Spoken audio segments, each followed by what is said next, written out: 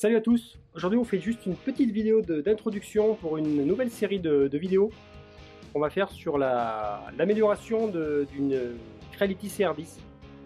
Donc on s'intéresse beaucoup à l'impression 3D, on a plusieurs imprimantes 3D qu'on utilise quasiment tous les jours. Hein. Et donc on a un projet de monter vraiment une imprimante la plus précise possible hein, pour nos travaux en mécanique. Et donc idéalement il nous faut un grand modèle pour avoir des grands volumes. Donc on est parti sur ce modèle là, c'est la CR10 S4. Selon nous c'est le meilleur compromis au niveau grande taille. Alors, il existe la S5 hein, qui fait du 500 mm par 500 mm par 500 mm, mais là on arrive à des inerties de plateau avec un bed qui bouge. C'est vraiment beaucoup trop important, beaucoup trop lourd, il y a trop d'inertie, ou alors bon, il faut vraiment imprimer à 20 mm seconde, et bon, imprimer des gros volumes de 50 cm de haut à 20 mm seconde, ça prend un mois quoi. Donc on a beaucoup cherché, on a pour nous le meilleur compromis en CR10, c'est la S4, sachant qu'on peut encore la modifier, hein, on peut la rallonger, mais après on a un sacré problème avec les inerties des beds, hein, les beds mobiles, dès qu'on n'est pas sur un corps XY avec un plateau vertical, hein, comme sur une Ender 5, on atteint des limites. Là, la S4, elle a atteint les limites clairement, et on va essayer de justement la peaufiner un petit peu pour lui amener de la précision, amener de la qualité, et essayer différentes pièces, différentes choses. On va commencer du plus simple au plus compliqué. D'ailleurs, en parlant du plus compliqué, s'il y a des métallurgistes ou des gens qui travaillent dans la métallurgie, qui regardent cette vidéo, qui sont abonnés à la chaîne, on recherche désespérément une petite plaque de 41 par 41 en Allplan 70-75. Bon, pour ceux qui ne connaissent pas, l'Allplan, c'est des plaques d'alu rectifiées avec une grande tenue dimensionnelle. Enfin bon, il y a tout un tas de propriétés très intéressantes qui nous intéresseraient beaucoup pour le mettre dans les imprimantes 3D. Mais c'est des plaques qui sont vendues en plusieurs mètres carrés. Donc évidemment, on n'arrive pas à trouver juste des petites plaques. Donc si quelqu'un aurait une chute d'Allplan 70-75 qui traînerait dans un coin, n'hésitez pas à nous contacter dans les commentaires ou sur Facebook, parce qu'on aimerait bien essayer de l'Allplan pour corriger un des problèmes majeurs de la CR10, qui est le bed qui est creux. C'est une horreur.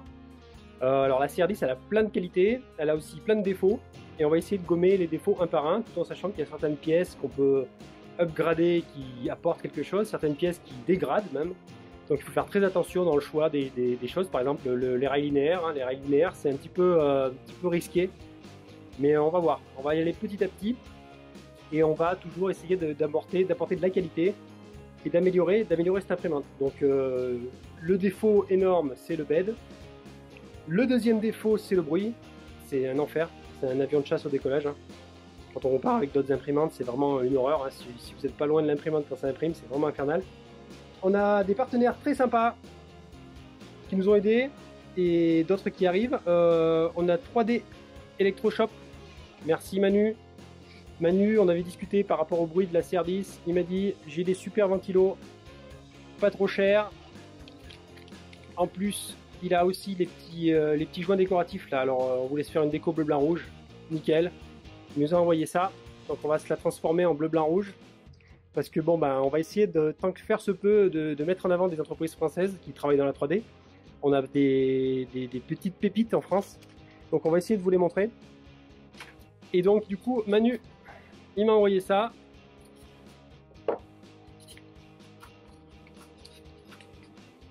Donc le kit complet de ventilateur pour les changer. Et pour ramener un petit peu de silence à cette machine, parce que c'est vraiment infernal. Donc du coup, il y aura tout un tas d'épisodes hein, sur cette nouvelle série, où étape par étape, on va vous montrer tout ce qu'on va faire. On va monter des renforts, hein, on va essayer des renforts triangulés, cubiques, enfin on va essayer différentes choses, et voir ce que ça nous apporte, ou ce que ça nous apporte pas. Un grand merci à Manu de 3D Electroshop, on vous met le lien en description, une super boutique, un gars en or, qui a des super produits et à des prix très intéressants. Les Noctua, beaucoup mettent des Noctua. Le Noctua, ça coûte une blinde.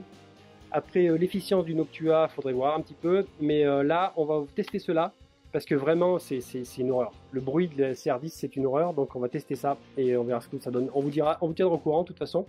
Et chaque étape, on vous montrera une petite vidéo et on va voir un petit peu si on arrive à améliorer cette CR10 ou pas.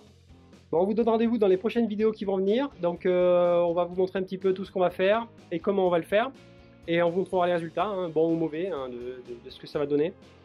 Et puis on espère arriver à faire un avion de chasse de cette CR10 S4 pour avoir vraiment un rendu parfait et pouvoir imprimer du gros volume. Donc idéalement, hein, c'est le mieux, c'est de travailler sur des imprimantes qui font des gros volumes, hein, comme ça la moindre qualité se répercute sur une plus grande plage d'utilisation au niveau dimensionnel, plutôt que de bosser sur une petite imprimante. C'est toujours intéressant, d'ailleurs c'est plus facile entre guillemets avec les petits beds, mais on ne pourra jamais imprimer des gros trucs. Donc on a des imprimantes, chaque imprimante est un peu dédiée à plusieurs choses, hein, donc du flex, du petit détail ou quoi que ce soit. Et cette imprimante là, c'est notre imprimante de gros volume, donc où on peut travailler sur des carters, sur même des prototypes de casques.